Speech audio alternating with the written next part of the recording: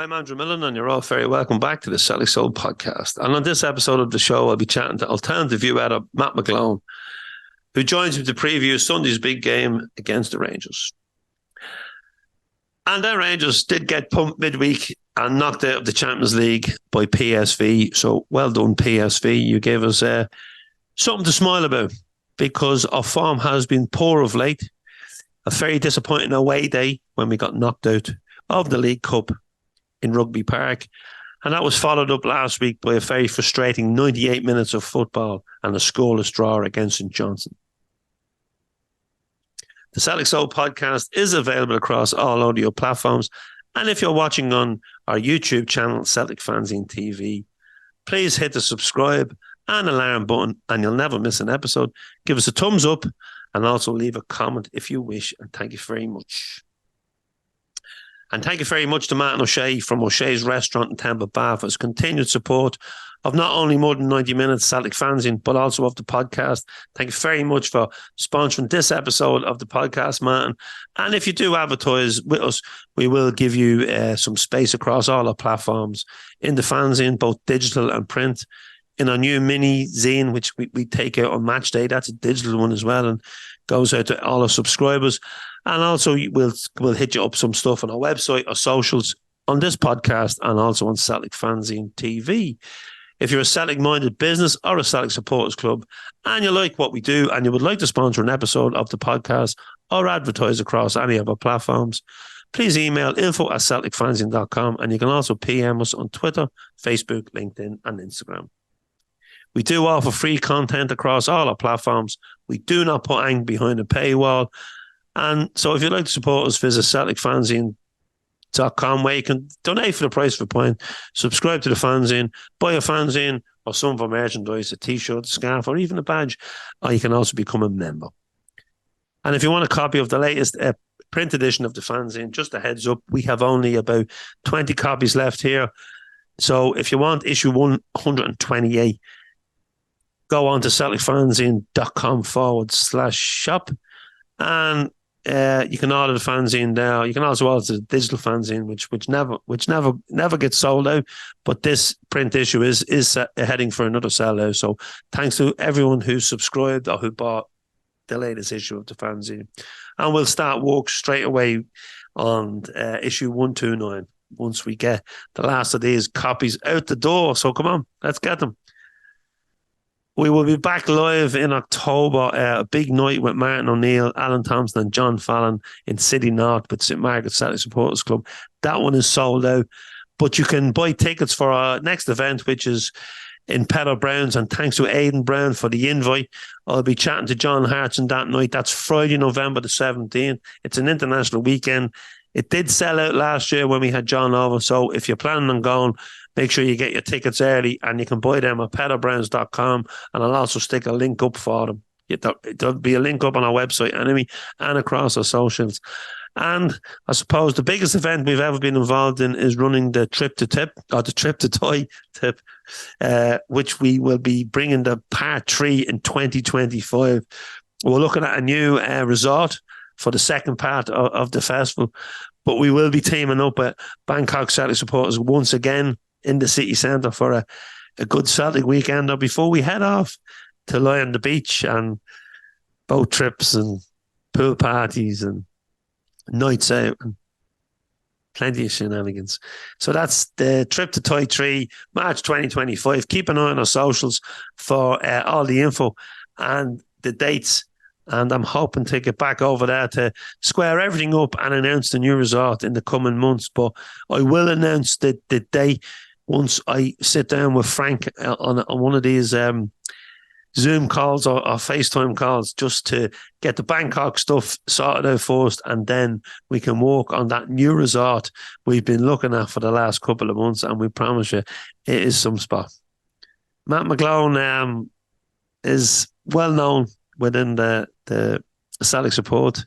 Matt is editor of the Alternative View Celtic Fanzine, and he's also been hosting some great nights recently in Grace's Bar in Glasgow.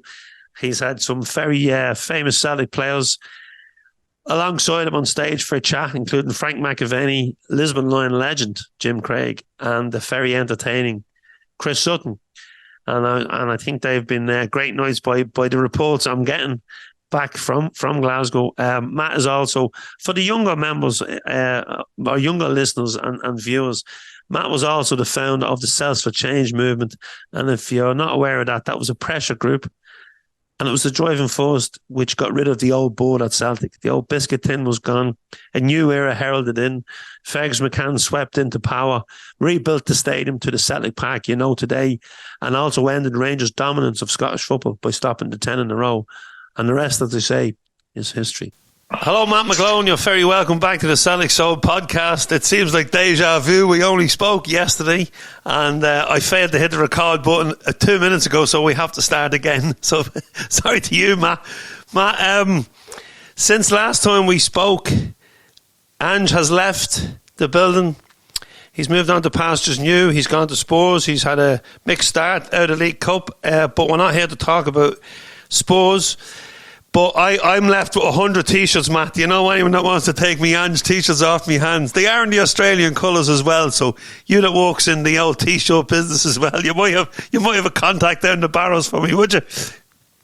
I actually do have a contact at the Barrows, in all seriousness. I pity about those t-shirts, eh? Ange, I never called that one, to be honest with you. I didn't think Ange would leave after 2 years, but I spoke to somebody who would know what was going on at Celtic for 100%, and they said to me around about March, April time, your manager will be gone in May, and I said to him, no, there's not a chance of that. I can't see that at all. We're heading for a treble, and everything was cosy at Celtic. Ange, the club, the fans, all joining as one, and it was great. And he said to me, well, I'll tell you 2 words. So next time I see you, if it's after May, he said 2 words, brand Ange. That stuck with me, brand Ange, which really means, it's all about Ange. Protecting his own brand and what he's doing when we all thought, he was rolling along and life was happy with us. Well, life was happy with us. We get 5 out of 6 trophies. And no criticism of Ange. He'd done fantastically well, but I think the manner of his exit was a bit... I remember 2 days before the cup final, I'd been asked the question in his usual he answered in his usual brisk mate way. When he was asked if he was leaving, and he said, listen, mate, I've done this dance before. Meaning, no, he wasn't leaving. Now, I know the managers like to keep things to themselves, but I think we're due some kind of respect as to know what's going on. When Henrik left, he gave 4 or 5 months' notice, and everybody loved him. And I think Ange could have done something similar. He could have said, I've came here and I'm a 2-year manager at most clubs, which he is, and I'm going to leave at the end of the season. I don't think that would have been detrimental in any way. But again, he's keeping his cards close to his chest and protecting his own situation. But I think leaving the support hanging a bit and denying it right up to the cup final when it was pretty obvious he was going. But look, Ange did fantastic for Celtic, and that's life in football. Maybe we just don't get attached to people at the club the way we used to. With Ange, there was a real feeling of togetherness. I think he gave that impression. Well, he certainly gave that everything we're all charging on as one, and he was the sort of spokesman. He was sorting out the press when they were coming in with tricky questions. But he did fantastically well for us, and we just have to move on. And now we have Brendan. You didn't see that one coming. Didn't see that one coming. But, Dermot normally gets his man in when he flew out to Mallorca, where Brendan's got a holiday home, and he spent some time there with Brendan, working out a deal. Then out flew the finance manager and the chief executive to tie the deal up. And it looked pretty certain. And here he is. And... if I was Brendan and had behaved the way he did, I don't know if I could have had the brass neck to come back. But maybe he sees it some kind of redemption. But at the end of the day, when all that stuff's out the way, we just want a manager he is a good manager. He's been round the block. He knows the score. He knows the Celtic Rangers thing up here. So, putting aside any other feelings, to me, he seemed to be what our class is a continuity candidate. So, take over from sort of Ange. But the style of play has been completely different, and I'm not entirely sure the players know or are comfortable with what they're doing at the minute. And one man who I suppose came in the back door very quietly was our new chairman, another Dermot's favourites. Another one of his appointments was Peter Lawwell. Now, we haven't heard from Peter until he sat beside Brendan at the press conference when he was unveiled for the second coming. But unusually, when things go wrong, there has been fingers pointed that maybe he is involved in the transfers, and that I hope not. I don't think he is, but there are some commentators from within the independent, I suppose, Celtic media who are starting to point the finger. Everything was great under Ange. There was a united front, fans, board, players. Everybody seemed to row in behind Ange and fall in love with the style of football he played, and the results were great. You see Rangers getting pumped in Europe last night, and it just goes to show how well he done in Europe last season, because although we didn't come out of the group, we didn't let ourselves down. We had a decent performance against Madrid for 60 minutes, not so good over there. But home and away against the other teams, we did okay, man. So you can understand why there was a love in with Ange. And Brendan doesn't have much credit in the bank with the fans. And because things are not going exactly to plan, and there has been a couple of, I suppose, unfortunate stuff. He's lost a couple of players that Ange would have had in his team. And he's also lost countless players to injury. So it hasn't gone according to plan. But the last two games, one has been poor and one has been frustrating. Yeah. You know, we can always point to the injury list. You know, the huge amount of players, maybe 9 or 10 out. You could maybe say 5 or 6 of them would be definite starters. But when we're playing a team like Kilmarnock, or we're playing a team like St Johnstone, despite all those injuries, the guys that we're putting out are pretty much household names in Scottish football. People who know who they are. I mean, I don't know half the St Johnstone or the Kilmarnock players. And they cobbled the team together from free transfers and non-league players, etc. So the players that we had out for both of those games should have done better. It's not like, we're starting afresh with guys we'd never heard of. Most of the guys had played for the club before. Obviously, we've got the new guys coming in. I think Ange just left me his cough. All right, mate. Mate. It's been a disappointing start. You're back to what you were saying about Peter Lawwell. You know, by all accounts, and can only go by what we hear, and we judge from people you think might know certain things. There did seem to be a difficult relationship towards the end with Peter Lawwell and Brendan Rodgers. And I can't imagine that when Dermot went over there, that Brendan would want to walk back into a similar difficult situation. And I also don't think that the chairman has got anything to do with the club Monday to Friday. I don't think, they shouldn't have anything to do with the club day to day. The chairman is really representing the club at different levels, but not in the day-to-day running of the club. So I don't see why that would happen, and I don't see how Brendan would put up with that. But it is easy to put the two together, that there was a difficult relationship the last time, and at this time Peter Law was back at the club. I actually don't think that that's the case. I'd be very surprised. I don't know. But the reason I think it's not the case is because why would he come back to walk into the same situation? I just don't understand that.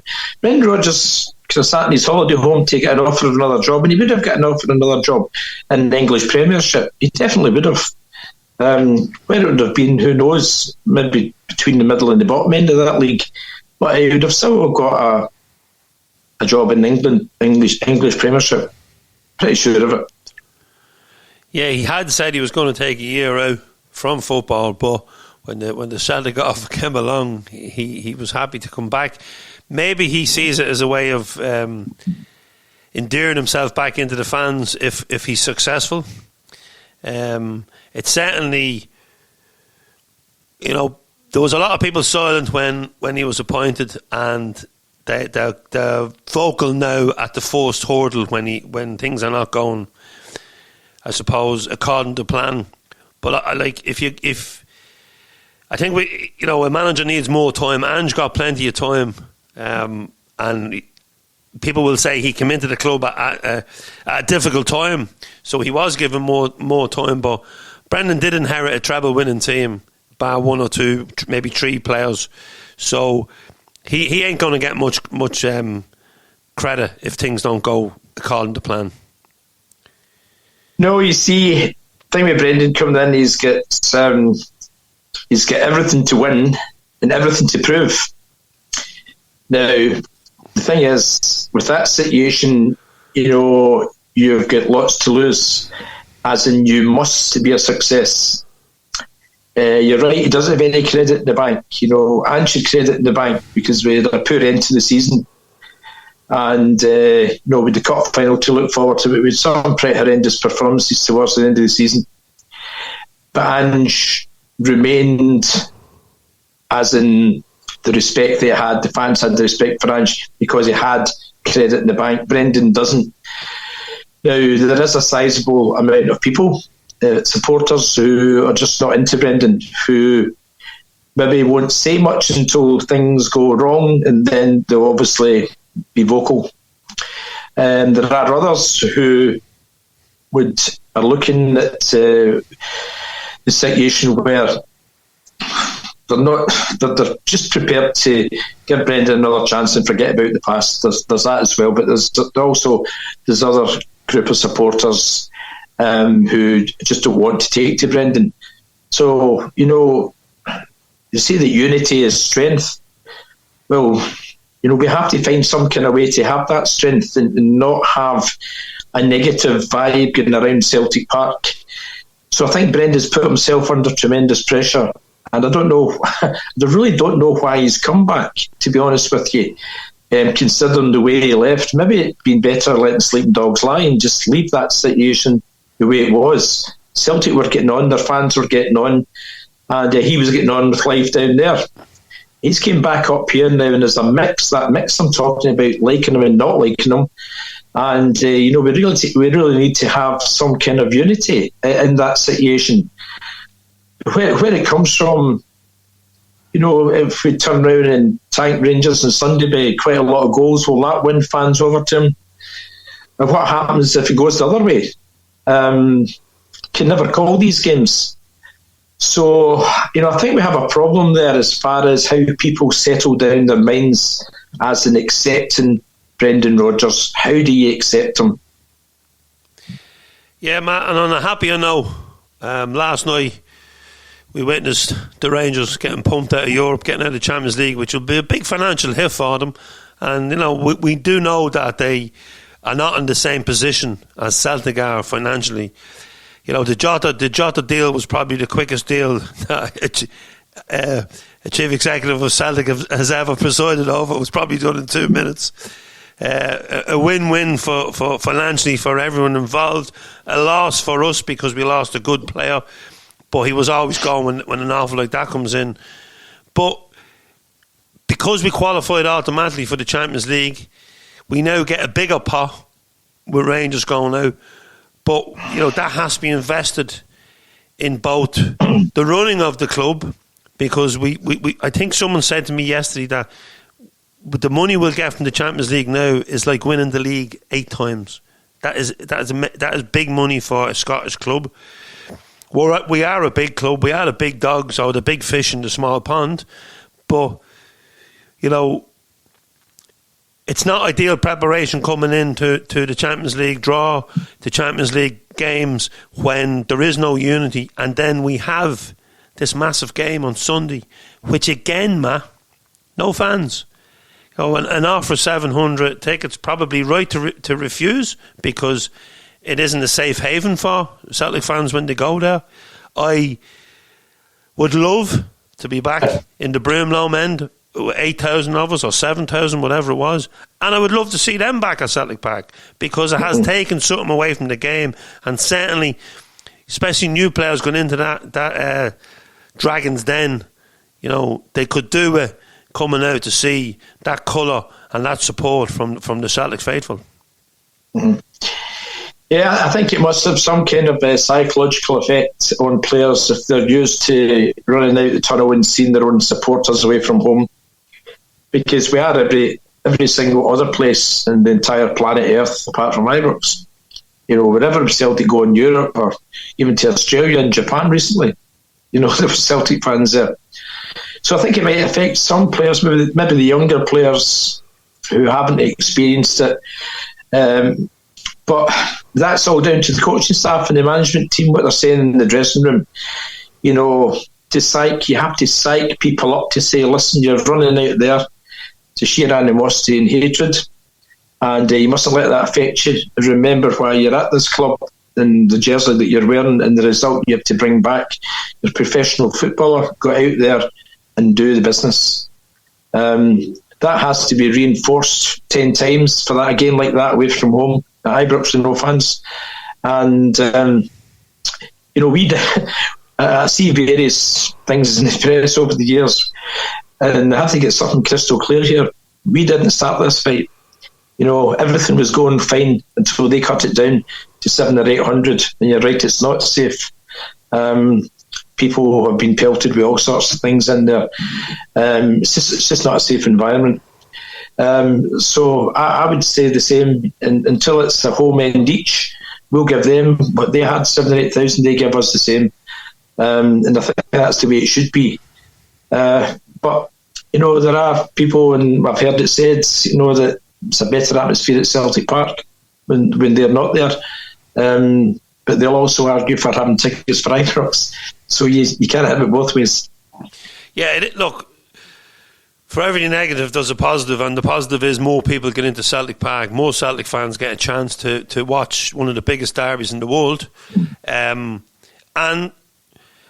some people may play it down, it's just another game, but generally everyone wants to be in Celtic Park when they cross the city, and that's just a fact. It's the game, it's the fixture you look towards when the fixtures come out, when it's rearranged, especially for us over here, Matt. It's like, have we got the flight covered? Did we book the right day? Sometimes we book both days, so that, because before the flights go through the roof, buses are packed leaving Belfast on the ferry. So it's a massive thing for us over here. It's a huge thing for everyone in Glasgow, and it's also a match that I'll watch the game at home this week. But if we win, I'll go out and celebrate. It will be strange not getting up to get that flight over, but at the same time, Matt, safety comes first, and the thoughts of having to be in the stadium a couple of hours before it and then run the risk of being hit by a missile is not too appealing to me anymore. No, it's not. The nonsense of 700 or 800 tickets just isn't on. The club have obviously consulted with the supporters, and the decision is not to accept them. No human being should have to put up with a situation like that. You're going to watch something, but at the back of your mind, you could be hit with something. It's just not on. It's just that stops here now. We're not taking those tickets. Yeah, and I'm sure we'll not see them in Celtic Park either in a small enclosure, because you can. It's tit-for-tat. There's no way. I've seen reports saying that Celtic have to give them tickets, because the last time there was no tickets at either ground. It was an agreement between the two clubs, and this time it's not an agreement between the two clubs, because Rangers offered Celtic tickets and Celtic decided in consultation with the supporters not to take the tickets. And people are saying that Celtic are some way football legally obliged to do it. Well, they better find a way to undo that, because if we're not in there, there's no way they should be at Celtic Park. 100%, Matt. Now, you mentioned Celtic Park. I left Celtic Park on Saturday. I think the world was frustrated. We were getting a taxi back to Edinburgh. 7 or 8 of us, the rest of the boys were out of Glasgow. A quiet taxi up the road. The word frustration kept coming up. Disappointment. A couple of other words I won't repeat, but there was no confidence in that car or with people we met in the bar in Edinburgh ahead of Sunday. Now, I suppose your head is always going to tell you that we're going to go and win easy, but your heart will, your heart will tell you that we're going to go and win easy, but your head will overrule it. I'm not confident going into the game, Matt, because of just the way we're playing, the injuries, no fans. I'm hoping I'm wrong, but I would be happy. We're a point clear of them, and I would be happy to come out of there with a draw, and then get the new players settled in, get our players back from injury, and push on from there after the international break. Yeah, I think after the international break, things will be a bit clearer as far as injuries are concerned. Talk of Bernardo coming in from Benfica. We've already got Nat Phillips, more or less. I think that will be announced today at some point. And we've signed Luis Palma. Quite a cool name, isn't it? Luis Palma. I think Phillips might feature against Rangers because, we really do need some experience in the back two there. And Lagerbielke has just come in. I think he's done pretty well. But to throw him in there, beside another, Swales, quite like Swales when he first came in, at fullback. But on Saturday there, he kept passing the ball. Both, I don't know if they were instructed to do it, but both centre-backs just kept passing the ball to each other, sideways across the park. And because St Johnstone were camped in, there were no intention of coming out. I think they ran up the park 3 times and almost scored twice. But when the team's camped in like that, they're just watching, waiting for you to do something. So that they're quite settled. They've got plenty of time to get themselves organised. And we just kept passing it sideways to each other, the back 2 players round about the centre spot for the whole game. I found that really frustrating. Sometimes Callum McGregor would come and try and take the ball off, and he was pointing to them, pass it there, pass it here. But they didn't, particularly Swales. I'm not getting on the guy's back, but he doesn't seem to have the confidence to go forward and try and make a pass from a position of safety where you're at the back line and, you've got all the players in front of you. Well, this left and right stuff, I don't know. Anyway, so I think we need Nat Phillips in there. Don't know much about the guy, but he plays for Liverpool, and I think he's been at Stuttgart as well, hasn't he, in loan? And he's got a Champions League medal. So he's obviously got a pedigree. He's 26. Most of our players are about 23 and younger. So with him in at the back, it all depends. I never want to get into a game hoping for anything else other than a victory. So that remains my position today. We go there looking for a victory. Don't show any defeatist attitude. And you just never know. These games, they're pretty unpredictable. I don't know what the bookies' odds are showing Celtic at, but I don't think we'll be, really too far away. Obviously, going on the last couple of performances, you might think crikey. But I think go into this game full of confidence. Make sure the players know the importance of it. The new guys will know the importance of it, or to be told. The guys that have been there before will know exactly what the importance is. But we go there and, we show a lot of character. I think if you show character, it will be physical. And we are not really built at the minute to handle the physicality. So we have to toughen up there.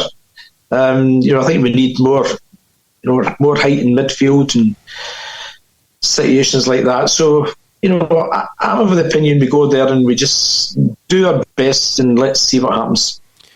Yeah, I hope you're right, Matt.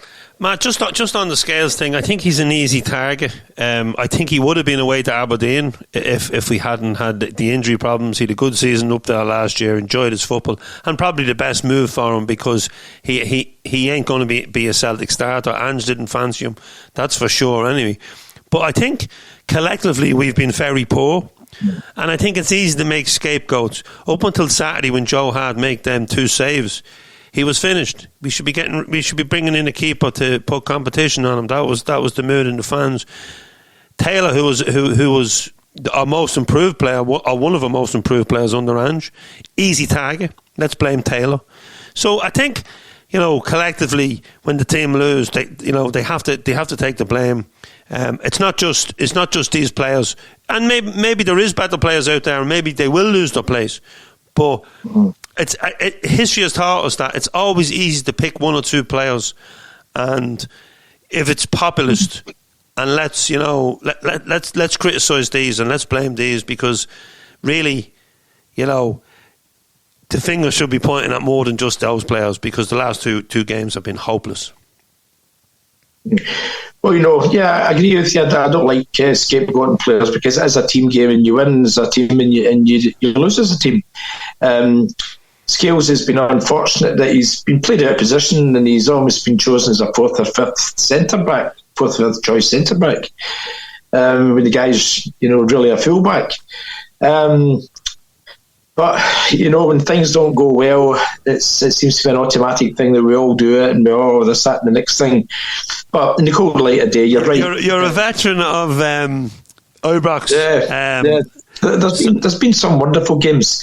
I started going to Ibrox about 10 or 12 years ago, because we were coming out and we were going up sort of Brimlin Road, and to save, doing a mad detour, there was 3 or 4 or maybe half a dozen Celtic fans going up that way as well, on the other side of the road where the petrol station is.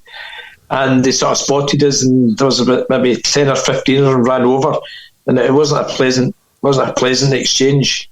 And I think I had one of my children with me at the time, so I didn't feel safe coming out of that place unless you had to walk miles away from where I live. But great memories. I mean, one game that never disappears was, I think it was Charlie Nicholas's last game. I'm sure how far by that was. That 82, was it? And Charlie was going, or we thought he was going, but Celtic were down 2-0 at half time and came back and won the game 4-2. And I remember Celtic came out the tunnel first at the start of the second half. And it was a sort of statement that they were standing there sort of waiting for Rangers to come out. And that was a sort of statement of their intent. But there's been loads of games where, I was actually at the game with the Ibrox disaster.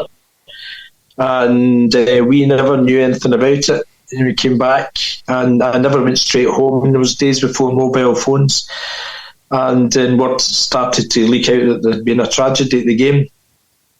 And I hadn't come straight home, didn't know anything about it. It was only about a couple of hours after we'd heard it, and my mum and dad, they were absolutely frantic about what was going on.